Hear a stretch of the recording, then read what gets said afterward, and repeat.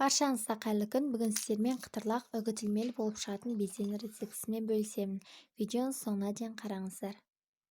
Ең алдымен екі жұмыртқаны ақуызы мен сарыуызын бөліп аламыз. Ақуызға құмшекерді қосып, жақсылап өз формасын ұстағанша миксерлейміз.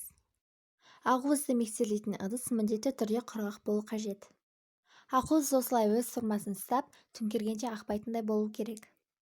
Құрамдардың мөлшерін описаниеде қалдыратын боламын. Енді мен ақуызды теңдей екі бөлікке бөлдім. Жартысына қызыл краситель қосамын. Немесе басқа түсті красительдерді де қоссаңыздар болады.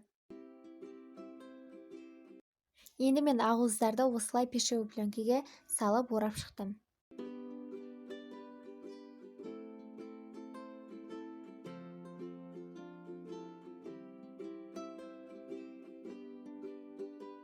Енді безелерді насадкасы бар мешокқа саламыз.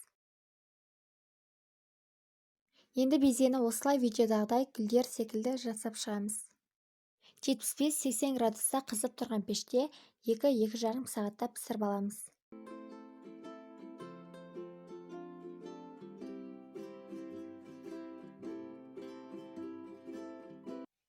Осымен үгітілмелі болып шығатын беземіз дайын. Видео ұнаса лайк басып, арнама жазылып кетіңіздер. Әлде көп рецепттер болады.